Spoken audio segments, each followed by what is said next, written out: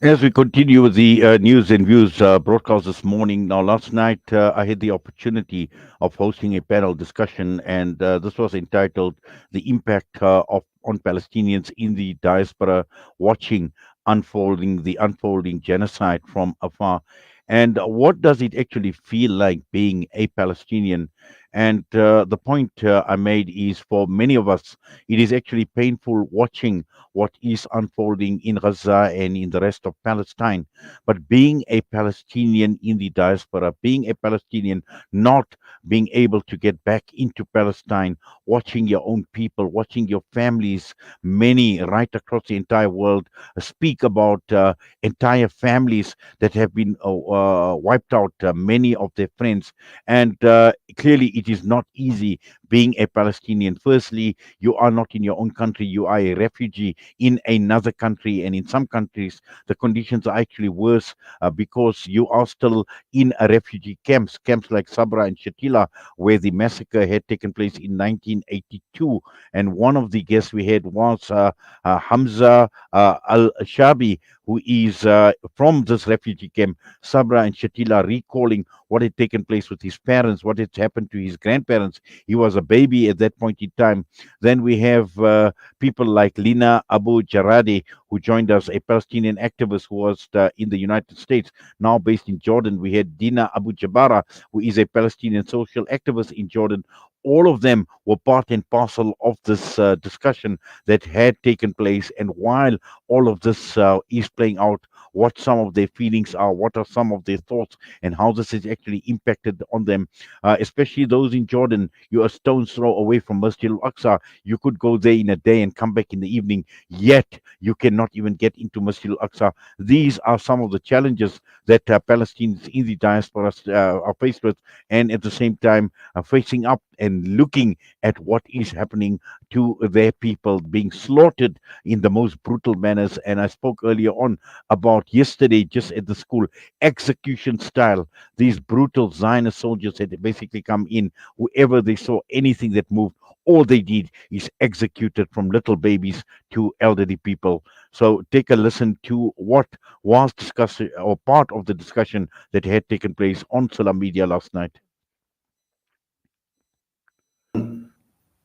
مثل ما حكيت بالبداية إنه الفلسطيني وبالأخص اللاجئ في لبنان يعاني من حرمان شديد من الكثير من الحقوق، ومنها مثل ما حكيت حق التملك، ومحروم من عدة وظائف، محروم من الانتساب إلى عدة نقابات، وظائف يعني ما يزيد عن 30 وظيفة.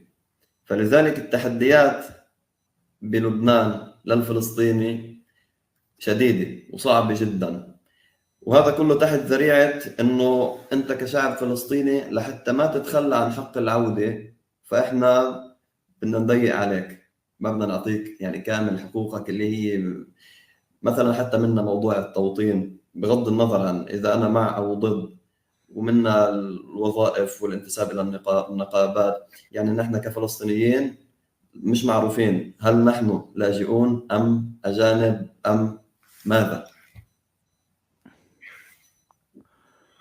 Yeah. Lina, you want to Lina, go do you ahead want and to, translate? or should I go? As you wish. It's okay. Either way. Okay, I can do this one. You can do the next one. Yeah, go ahead. Yeah, so Hamza was saying that as a Palestinian, especially in Lebanon, Palestinians are deprived of many rights. For example, the right to join unions, the right to 30 different jobs, the right to own property. And as a Palestinian people, they're treated this way under the guise of maintaining their right of return. So we can't give you a citizenship so that you can maintain that right. So it's very hard for Hamza as a Palestinian living in Lebanon to understand what he is. Is he a Palestinian? Is he a foreigner? Is he a refugee? So these categorizations are even hard to make because they're unclear even to him. Well, thank you for that, Lina. And, Gina, just following up from what Hamza is saying, and just looking at the Palestinians in the diaspora, looking at Jordan at this point in time. And I think when the last time we spoke, you mentioned that there are many that would want to go back, but obviously you can't. But at the same time, looking at your roots, and this is important to understand, many people that you would possibly know in both the West Bank and also in Gaza, possibly they could even be family members of yours, and just being so far removed from all this atrocities and the brutality that is taking place. How does it actually make you feel? What is the sentiment on the ground from the Palestinians in the diaspora in Jordan in particular, Dina? Yes. To be honest, when it comes to Jordan, the identity lines are a bit harder to draw than in Lebanon, as Hamza, for example, or our brothers in Lebanon are suffering from. Because, as you know, in Jordan, we've had almost equal rights of citizenship. We have full accessibility to most, if not almost actually all of the jobs here, except certain positions in the army. So the fact that the Palestinians here have this kind of, let's say, identity uh, confusion is not as apparent as in other Arabic countries. Therefore, we have, of course, the solidarity because we are closer to geographically to Palestine, and we have a lot of our relatives as well on the other bank. So we have almost a very organic extension of ourselves, and we kind of. I would say that the sentiment here is that we are part of Palestine. It's not that we are on the far from it, or that we are just supporting what's happening there. It is actually an extension of us. It is something as defining to our identity as any other part of our identity, and so these lines are actually very, very hard to draw in Jordan.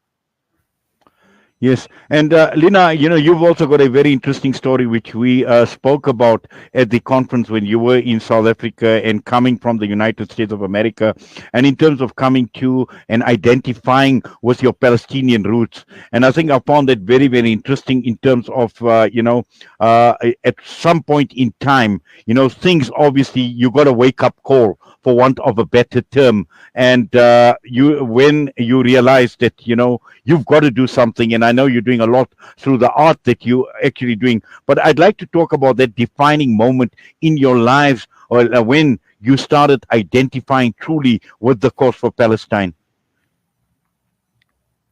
Yeah. I think all of us as Palestinians in the diaspora, we have this moment where we have this birth, like this rebirth, kind of connecting us to our homeland. Because many of us grow up, we don't really know that much about Palestine. We're kind of disconnected even from like our Arabic language, our Islamic or Christian religion, all of these things that kind of really attach us. Obviously, we're geographically distant from the land itself. And as Palestinians, as indigenous people, this connection to the land is very important. And so for me, that moment happened when I saw an artwork that depicted the expulsion of Jaffa, which is now known as Tel Aviv. Jaffa was actually one of the main cities in Palestine, and now it's been reduced into kind of actually a slum where Arab Palestinians live in the larger Tel Aviv municipality.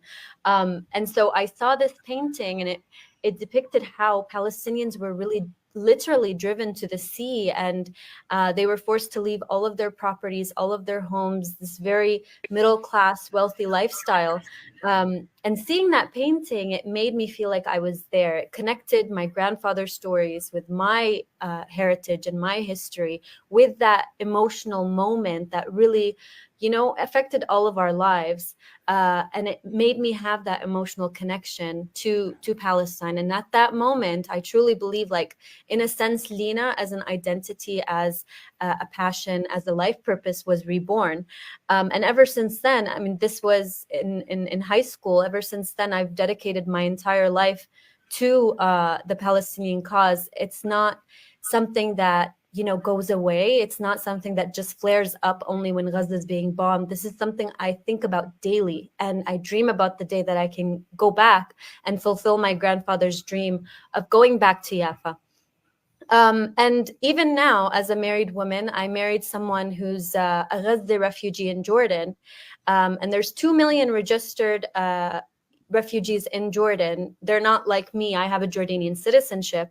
And these, especially those from Gaza, it seems like the whole world is out to make them suffer somehow. Refugees that came from Gaza to Jordan are not given citizenship. And they're also barred from I think around 30 professions. They're not allowed to have certain driving licenses. Until recently, they weren't allowed to own property or own businesses.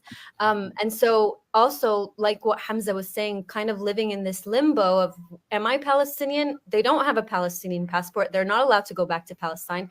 Am I Jordanian? They don't. They have a temporary Jordanian passport that can be, revoked at any moment. And so literally, they're kind of stateless. And as someone who will, inshallah, one day be a mother, my children won't get the citizenship. As Jordanian women, we can't give them the citizenship. So my children are going to be stateless. And so these are like these small things are really what affects Palestinians in the diaspora in a real way, but it's often kind of forgotten or something that we need to kind of cope with and move on with. But so long as Palestinians are living these struggles on a daily basis, we're not going to forget, and we're always going to want that sense of stability, that sense of homeland, that only returning to our homeland can actually give us. And so I think that's also important to share, that yes, although the majority of Palestinians in Jordan, are very much normalized and very much merged with the culture, there is a group of Palestinian refugees who they face a lot of discrimination, even in terms of like renewing passports, or if they're stopped by like police, things like that. There is discrimination, and it's as if being Palestinian is kind of like being less than, or it's kind of like a bad word in some sort of weird sense, even to their Arab neighbors. And so this is a policy of really making Palestinians' lives as hard as possible.